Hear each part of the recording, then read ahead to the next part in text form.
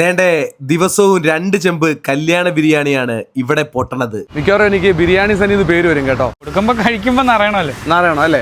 കല്യാണ വീട്ടിലെ അതേ രുചിയിൽ ബിരിയാണി വിളമ്പിയാൽ ആളുകൾ കൊണ്ട് കയറാതിരിക്കുമോ?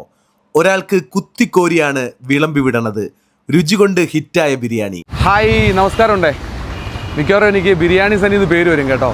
ഈ ബാക്കിലായിട്ട് കാണുന്നൊരു ബിരിയാണി കോർണർ കണ്ടില്ലേ? അല്ല, ഉഷാർ കല്യാണ ബിരിയാണിയാണ്. ഞാനിപ്പോൾ നിൽക്കുന്ന സ്ഥലം എന്ന് പറയുന്നത് ആലപ്പുഴ ജില്ലയിൽ കായംകുളം ഒന്നാം കുറ്റിയിലാണ് കേട്ടോ. ഒന്നാം കുറ്റിയിൽ ഈ നാട്ടുകാർക്ക് പ്രത്യേകിച്ച് പരിചയപ്പെടുത്തി കൊടുക്കേണ്ട ആവശ്യമൊന്നുമില്ല. അത്യാവശ്യം നല്ല സ്മെല്ല് ഇപ്പോൾ ഇവിടെ നിന്നിട്ട് വരെ കറങ്ങി ഇങ്ങനെ അടിച്ചുകൊണ്ടിരിക്കുകയാണ്. അസൽ കല്യാണ ബിരിയാണിയാണോ? അതെ അതെ. എന്നാ ഒന്ന് കാണിച്ചേ. അപ്പോൾ ദേണ്ട പിടിച്ചോ, നല്ല ഒന്നാം തരം അസൽ കല്യാണ ബിരിയാണിയാണ്. അസൽ കല്യാണ ബിരിയാണി തന്നെയാണ് നമ്മുടെ ബോർഡ് അല്ലേ?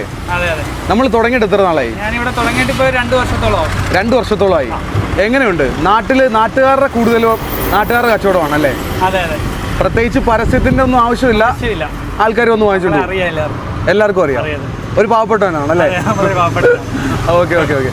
അത് മാത്രമല്ല, എന്നെ ഏറ്റവും കൂടുതൽ ആകർഷിച്ച ഒരു കാര്യം എന്ന് പറയുമ്പം പ്രളയ സമയത്തൊക്കെ നമ്മൾ ബിരിയാണി ഒരു ദിവസം നമ്മൾ കച്ചവടം ചെയ്ത പൈസ നമ്മൾ മുഖ്യമന്ത്രിയുടെ ദുരിതാശ്വാസത്തിലേക്ക് കൊടുത്തിട്ടുണ്ടായിരുന്നു. ഇവിടെ എത്ര മണിയാകുമ്പോൾ വരും? ഞാനിവിടെ ഉച്ചയ്ക്ക് ഒരു 11:30 ആകുമ്പോഴത്തേക്ക് വരും. പിന്നെ ഇവിടെ വൈകുന്നേരം ആകുമ്പോൾ നമുക്ക് ഫ്രൈഡ് റൈസും ചിക്കനും ഉണ്ട്. അതൊരു 6:30 ആകുമ്പോൾ നമ്മൾ ഇവിടുത്തെ കച്ചവടം കഴിഞ്ഞിട്ട് രണ്ടാമത് വെച്ചിട്ട് അന്നേരം കൊണ്ടുവരുന്നു. നമുക്കാണെങ്കിൽ ചെറിയൊരു സൗകര്യമാണെങ്കിലും നമ്മൾ മാക്സിമം ബിരിയാണി ഇവിടുന്ന് കൊടുക്കുന്നുണ്ടല്ലേ? അതെ അതെ. എത്രത്തോളം ബിരിയാണി കൊണ്ടുവരും? 2 ചെമ്പൊക്കെ കൊണ്ടുവരുമോ? 2 ചെമ്പ് കൊണ്ടുവരും. പിന്നെ വൈകിട്ടും കൂടെ ഉള്ളതുകൊണ്ട് നമുക്ക് ഒത്തിരി പേരും ഇതാക്കാൻ പറ്റത്തില്ല, പോയി വെക്കേണ്ടതുള്ളതുകൊണ്ട് ഈ വെപ്പൊക്കെ നമ്മൾ തന്നെ ആയതുകൊണ്ട്. എങ്ങനെ രാവിലെ ഒറ്റത്തേണേ വെക്കത്തുള്ളൂ അതോ വീണ്ടും വെക്കുമോ? അത് വൈകിട്ടത്തെ രണ്ടാമത് വെക്കും. എത്ര പീസ് ഉണ്ടാവും? വലിയ 2 പീസാണ്. വലിയ 2 പീസ് ഉണ്ടാവും. അത്ര റൈസ് ഉണ്ടാവും അല്ലേ? നല്ല അടിപൊളി കല്യാണ ബിരിയാണിയാ. അതെ, അത് നമ്മുടെ ഉറപ്പാണ്. കഴിച്ചവർക്കെല്ലാം അറിയാം. ഇന്നൊരു കടയൊക്കെ തുടങ്ങണ്ടേ? വലിയൊരു കട എവിടെയൊരു കട നോക്കുന്നുണ്ട്. ഇൻഷാ അല്ലാഹ് കട വല്ലതും ആവുകയാണെങ്കിൽ. സനി പോയടുത്തെല്ലാം വലിയ ആൾക്കാർ കടയൊക്കെ തുടങ്ങും. അപ്പോൾ എന്തായാലും നിങ്ങളും വലിയൊരു കടയൊക്കെ ആയിട്ട് മാറട്ടെ. കാരണം ബിരിയാണിക്ക് നല്ല അഭിപ്രായമാണ് കേട്ടോ. ഞാൻ ഒരുപാട് പേർക്ക് അന്വേഷിച്ചു, നല്ല ബിരിയാണിയാണ്. വീഡിയോ കാണാറുണ്ട്. നമ്മുടെ ഈ ചെറുപ്പക്കാരൻ്റെ ബിരിയാണിയെ കുറിച്ച് എന്താ പറയാനുള്ളത്? നല്ല അഭിപ്രായം. ഒരു ജീവിതമാർഗം കൂടിയാണ്. മാത്രമല്ല നല്ല രുചികരമായിട്ടുള്ള ബിരിയാണി കൊടുക്കുന്നത് അല്ലേ? തീർച്ചയായിട്ടും. അപ്പോൾ അതേ ചേട്ടന് വേണ്ടി ബിരിയാണി ഇങ്ങനെ പൊതിഞ്ഞുകൊണ്ടിരിക്കുകയാണ് കേട്ടോ. അപ്പം നമ്മുടെ ഒരു ബിരിയാണിക്ക് എത്ര രൂപയാണ്? ബിരിയാണി 120. 120ന് 2 പീസ് ഉൾപ്പെടെ ഇത്രയും റൈസ് നമ്മൾ കൊടുക്കും അല്ലേ? ഓക്കെ.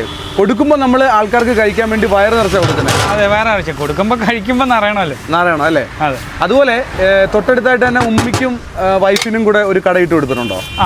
വൈഫില്ല, ഉമ്മയും എന്റെ കൊച്ചുമായും ഇപ്പൊ അവിടെ നിലവിലുണ്ട്. അപ്പം ഉണ്ടാക്കുന്നതിന്റെ പകുതി ചെമ്പ് അവിടെ കൊടുത്തു.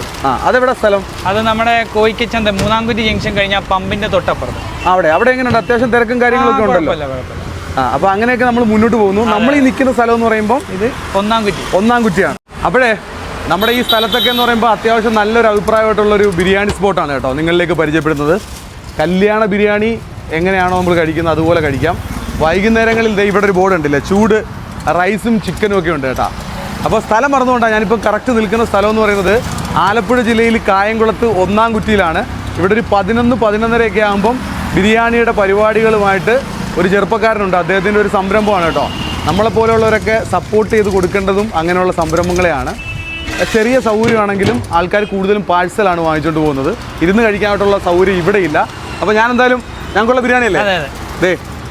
3 ബിരിയാണി വാങ്ങിച്ചിട്ടുണ്ട്. ഇതിനകത്ത് അച്ചാറും സലാഡും കാര്യങ്ങളൊക്കെ ഉണ്ട്. ഒരു ബിരിയാണിയുടെ വിലയെന്ന് പറയുന്നത് 120 രൂപയാണ് കേട്ടോ.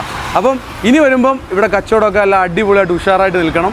കാരണം വെച്ച് കഴിഞ്ഞാൽ നമ്മൾ പോയെടുത്തൊന്നും അങ്ങനെ കച്ചവടം മോശമായിട്ടില്ല. അപ്പോൾ എൻ്റെ പ്രേക്ഷകരൊക്കെ വന്നിട്ട് ഈ ചെറുപ്പക്കാരൻ്റെ നിന്ന് ബിരിയാണി വാങ്ങിച്ച് സഹായിക്കണം കേട്ടോ.